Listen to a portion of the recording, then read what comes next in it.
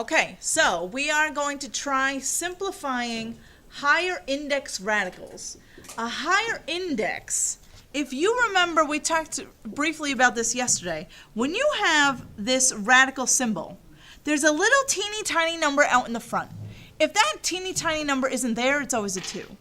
If it is there, right, it's probably going to be a 3, a 4, a 5. That tells you what root you're taking. So if that teeny tiny number is a 3, you want a cube root. If that teeny tiny number is a 4, you want a 4th root. That number is called the index, okay?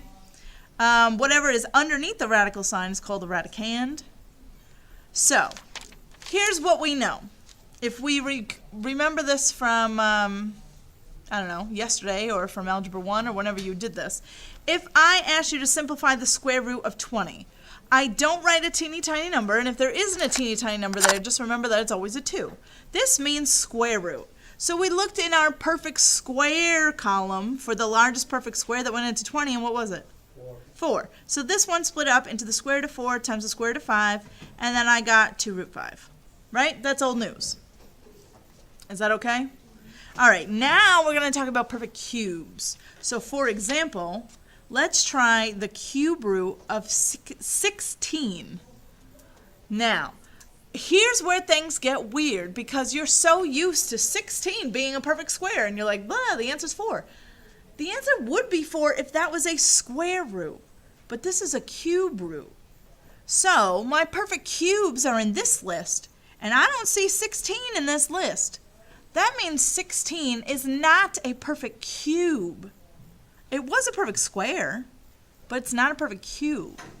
So just like 20 wasn't a perfect square, right? But I split it up into 2 numbers that multiplied to get me 20, where one of them was a perfect square. I'm going to play the same game, it's just that I have to use this list of numbers. So if I'm looking at 16, which in this list is the largest perfect cube that divides evenly into 16? 8. So I split it up basically the same way. It's just that I now have a cube root of 8 and a cube root of 2. And it still is the same idea. 8 times 2 really gets me 16. But now this I can simplify. What is the cube root of 8? 2. So my final answer here would be 2 cube root of 2. The other thing I want to point out to make sure that you're in the habit of this, anytime the index is something other than 2, you have to write it every single time. See how all of these have teeny tiny 3's? You have to, because if you stop writing that index, you're going to think it's a square root all of a sudden. So be very careful. If you're doing a cube root problem, everything in there has to have the teeny tiny 3. If you're doing a 4th root, everything has to have a teeny tiny 4. Don't get lazy and stop writing that. We can be lazy in other areas, but that's not one of the areas that we can be. So write that teeny tiny number. Okay? So let's try another one. Say I asked you for the cube root of 81. So let me just see if I can get, there's our list. So you want to look down that list of perfect cubes and see if there are any factors in this list of 81. What'd you say?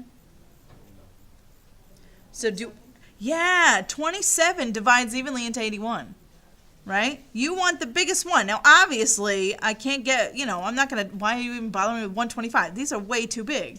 So stick down on these smaller numbers. If you need to use a calculator to divide in, that's not a big deal. So 27 divides evenly into 81. So I'm going to split this up into the cube root of 27 times the cube root of 3, because it's 27 times 3 gets me back to 81. What is the cube root of 27? 3. So this final answer is just 3 cube root of 3. See how it's the same idea? It's just you have to use your perfect cube list instead of your square root list. And you have to get past this idea of, I know you see 81 under a house and you just want to say 9, but the house doesn't mean a square root. It's not the square root house anymore. It's the cube root house. And the rules are different in the cube root house. Let's see what other examples I have. Ooh, let's try a 4th root one. They, again, work the exact same way. It's just now you have to use your perfect fourths list. So what did I do? 4th root of 32. So now look in your perfect fourths list. 16. So I split this one up. Fourth root of 16 times the fourth root of 2. What is the fourth root of 16? Oh, thanks. What is the fourth root of 16? 2. So you've got 2, fourth root of 2. So that whole thing is your final answer.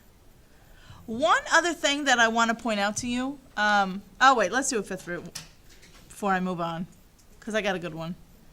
Say I asked you for the fifth root of 700,000. Yeah, doesn't 100,000 go into 700,000? Yeah, so that's actually not that bad. So fifth root of 100,000. One more. Yep. Fifth root of 100,000 and fifth root of what? 7. What is the fifth root of 100,000? Just 10. So you get 10, fifth root of 7. So don't let a really big number throw you off.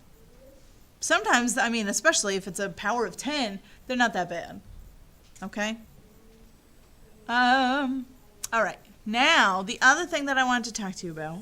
Did you know, well, let's go back to this. What happens when I ask you to take the square root of -8? So let's go back to square root, but now it's negative. What happens? Yeah, there's an I going on here, right? So I remember splitting these up 3 ways. We had the square root of 4, the square root of 2, and the square root of -1. Remember that? And then we had 2, and then we wrote the I next, 2i root 2. Remember that?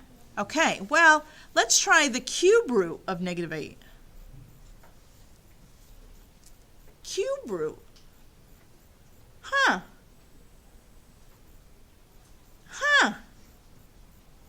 What number? First of all, 8 is in my perfect cube list, right? 8's in there. So the cube root of 8, what's the cube root of +8? 2. Huh.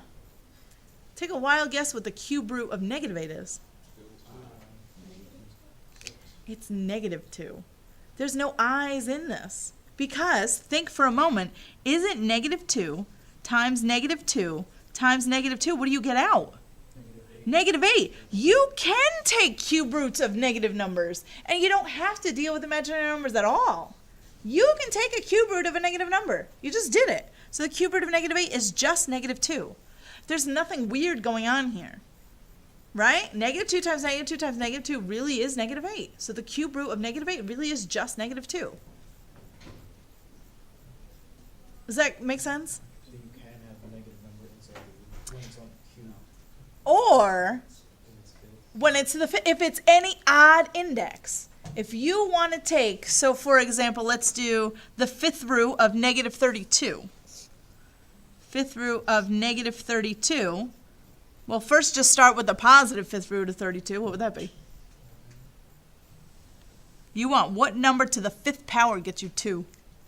Shoot, I just told you the answer. I meant, what number to the fifth power gets you 32? 2. It's 2, right? And you got to think, if the number's only 32, the original number can't be that big. Because if you're going to do a number times itself 5 times, they get big real fast. So 2 makes sense. So the fifth root of -32 is probably just -2. That's it.